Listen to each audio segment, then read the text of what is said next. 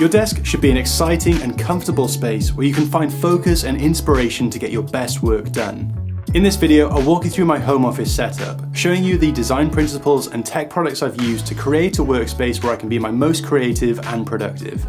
If you wanted to check out any of the products in this video for yourself, I've left links to everything in the description below. Hey pals, welcome back. I've made a couple of videos over the last few years documenting the process of building and improving my workspace. If you've watched any of my previous setup tours, then you'll probably have noticed there's been some big changes to how I've arranged and decorated this space.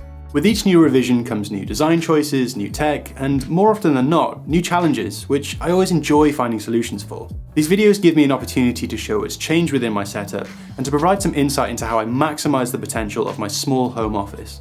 Before we get into it, I have a quick message about the sponsor of this video, UGREEN. As someone who uses a wide range of tech products as part of my daily routine, I really value the versatility of UGREEN's first Nexode 300-watt GAN charger, which offers a comprehensive charging solution for all of my devices. One of the best ways to stay focused and productive is by keeping your workspace clean and clutter-free, and consolidating your chargers into one device is a really easy way of doing this. With 4 USB-C ports and a USB-A port, providing a total output of 300 watts, I can fast charge up to 5 devices simultaneously. So whether I'm getting my camera gear prepped for shooting YouTube videos, or just want to make sure all my controllers are ready for games night, it's good to know I'll always have enough ports to charge all my devices at the fastest possible speeds. The Nexode 300-watt charger uses the latest Power Delivery 3.1 charging protocol to provide a maximum charge speed of 140 watts from a single port, and is capable of charging a 16-inch MacBook Pro from 0 to 56% in just 30 minutes. And the inbuilt thermal guard technology ensures my devices are protected from overheating and getting damaged. Check out the link in the description to learn more about UGREEN's wide range of high-quality cables and fast charging solutions.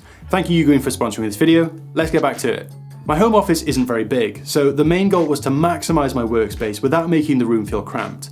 With this in mind, I built a desk that both complements the dimensions of the room and allows me to stay organized and comfortable throughout my workday. I'll talk more about my desk in a bit more detail later in the video, but first I want to discuss the tech I'm using. The monitor is arguably the most important part of my setup, acting as the main hub to which all my devices connect to. I'm still using the LG Ergo monitor, which is a 4K panel measuring 32 inches wide. The slim bezels and minimal branding contribute to its clean and modern design, and the included monitor arm allows me to hide any cables to help me achieve the minimal look that I enjoy. The Ergo monitor is a wicked option for productivity, but it isn't particularly bright or color accurate, so I found using it for creative work alongside my MacBook Pro to be a struggle, when the liquid retina display on that machine is just so good. Also, it's only capable of a 60Hz output, so it's starting to feel a bit outdated compared to some of my other tech. The main reason I got the Ergo is because it supports USB-C connectivity. Being able to simultaneously charge and receive input from a laptop over one cable is super convenient, and means I have the option to take my work with me away from my desk. It does this part really well, which is why I've stuck with it for the last few years. I still think it's a great option for the majority of people. It's only really power users like myself who might find themselves reaching the limitations of this monitor. Using a USB-C connection allows me to power everything from my 14-inch MacBook Pro, which has been an absolute workhorse for all my creative projects since I bought it 2 years ago. The battery health is starting to decline, and I have to reach for a charger more frequently than when I first bought this device, but the M1 Pro CPU isn't showing any signs of slowing down, and I don't feel like I need a new device anytime soon. I made a full review on this laptop a while ago, and most of the points I made in that video still represents my current thoughts. The bottom line is that the 14-inch MacBook Pro is the perfect form factor for my needs and offers all the functionality I require for my creative workflows, so there's no buyer's remorse here, and I've been really happy with my decision. Perched on top of my monitor, I have the Opal C1 webcam, which I've been using for all my video meetings since they sent one out to me a few weeks ago. Previously, I would have had to either set up my main camera or use the webcam built into my laptop, neither of which were a particularly great option. Using the MacBook's camera sort of defeats the purpose of having a monitor in the first place, and while the Sony a7 IV obviously looks really professional, positioning it was a bit of a hassle, and regularly needing it for work meant that permanently adding it to my setup wasn't really an option. The Opal C1 solves both of these issues, providing a convenient solution that seamlessly integrates within the rest of my desk setup. There's a lot of hype about this product at the moment, partly due to its ambitious promise of DSLR quality video, and also because it's backed by some big name tech creators like Marques Brownlee and Sarah Dietschy. I should also mention that this webcam currently costs $250, which is slightly less than when it was first released, but obviously still an expensive product. So is it any good? On one hand, you could argue that it delivers significantly better image quality than a built-in webcam, but there are some caveats to this. For example, the autofocus isn't very responsive, so I have to use Opal's Composer software to set the focus manually if I want to get the sharpest image possible. I'm also a bit skeptical about the claimed f1.8 aperture. My monitor is big enough to see that the default setting is clearly enhanced with the digital blur, which only turns off once you reach f5.6. I appreciate that most people probably don't care about this, but considering how noisy the image looks in low light, I feel like this could be more than just bad marketing lingo.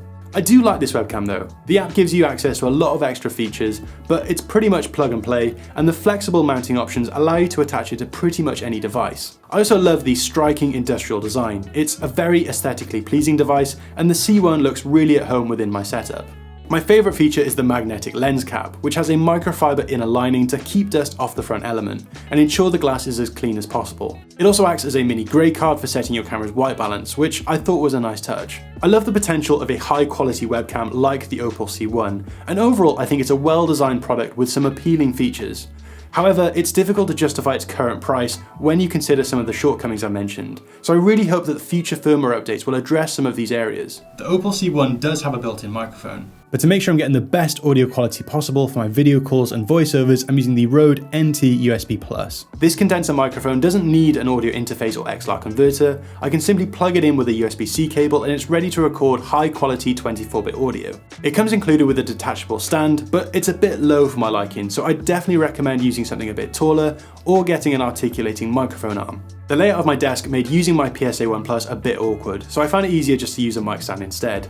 I also enjoy listening to high quality audio, so I added the Kanto YU speakers to my desk, which are a new addition since my last setup tour. They're effectively a stripped back version of Kanto's YU4 speakers, so they lose out on some features like having a built-in phono amp and optical inputs, but they maintain the same high quality materials and premium design, making them an excellent option for a desk setup. Sound-wise, they're brilliant. I wish there was a bit more from the low end at times, but they can get impressively loud and provide an enjoyable listening experience with a true stereo response. The included remote control allows you to fine-tune the bass and treble to your liking, and control the speakers without interrupting your workflow. I'm using a pair of 6-inch stands to both elevate the speakers so that the tweeters are closer to ear level for improved clarity, and for better separation from the desk so that we're not introducing any distortion or surface shake. Let's talk computer peripherals. A mouse and keyboard are the closest thing to being the tools of my trade, so I figured it was important to invest in quality products that I enjoy using and enhance my productivity. I bought the Logitech MX Master 3S earlier this year, and I enjoyed using it so much that I actually bought a second one in black to match with my other accessories. I decided to try the regular non-S version to get a comparison, but I found that I much prefer the feel and sound of the S, so I'll probably return this one. Both versions can last up to 70 days on a single charge, and the extra buttons and horizontal scroll wheel have been really useful in my workflow. I've made some minor changes to some gestures in the Logi options software so that I can more easily navigate menus and improve general efficiency. In addition to all the extra functionality this mouse offers, I was really impressed with the improved ergonomics compared to the Magic Mouse I'd been using previously. The hand-sculpted design is really comfortable to use and provides a much better experience during long editing sessions. I have a couple of mechanical keyboards on rotation, but at my desk I mainly use the Keychron Q2, which has a 65% layout. Keychron have made it incredibly easy to modify these boards, which means you can create a fully bespoke experience that's tailored to your own personal preferences.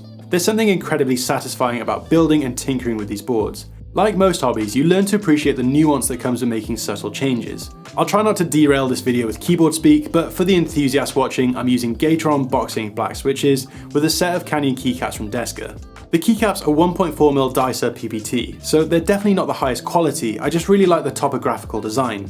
I spend a lot of time hiking and exploring the outdoors, so I thought it was a fun way to inject a bit of my personality into this setup. I'm constantly moving my mouse and keyboard around, so to help protect my desk and devices, I'm using the OrbitKey Desk Mat Slim. I'm a really big fan of OrbitKey products. They're one of the few brands that have maintained a pretty constant presence on my desk over the years. Everything they make is really well designed and definitely worth the investment. The Desk Mat Slim is a bit shorter and wider than their classic desk mat, which I had previously, and suits desks with a narrower profile like mine. I really like how it adds a bit of contrast to my desk. Not just visually, but also by introducing materials that feel different too. One of the issues I had with the original was the lack of grip, but the Desk Mat Slim is improved on this by adding these rubber dimples that stop it from sliding around. I bought this desk shelf from Oakwood last year to add more functionality to my workspace, and it's since become one of my favourite accessories. I was really impressed by the quality of craftsmanship, and even though it's quite a simple product, I think it really elevates the desk. On one end of the shelf I have this MagSafe charging stand, which is also from Oakwood. I know there's a lot of hype about USB-C this year, but charging via MagSafe is way better than using a cable, and turning the phone on its side lets you make use of iOS 17's new standby feature, turning it into a fun little smart display. By this point, you'll probably have figured out that I like products with unique and interesting designs. This is called the Hover Pen, and as the name suggests, it's a pen that hovers. There's an array of magnets inside the metal stand which creates the illusion that the pen is floating in mid-air. It comes with a couple of interchangeable tips, so you can choose which style you prefer to write with, and the matte black finish matches my other accessories perfectly. It's probably a good time to loop back to the desk itself. It's a really simple setup which I've been using for a couple of years now, made from an IKEA kitchen worktop screwed onto a basic standing desk frame. I also added a matching drawer to the bottom of the desk, so it's always in the same place regardless of which height it's set to.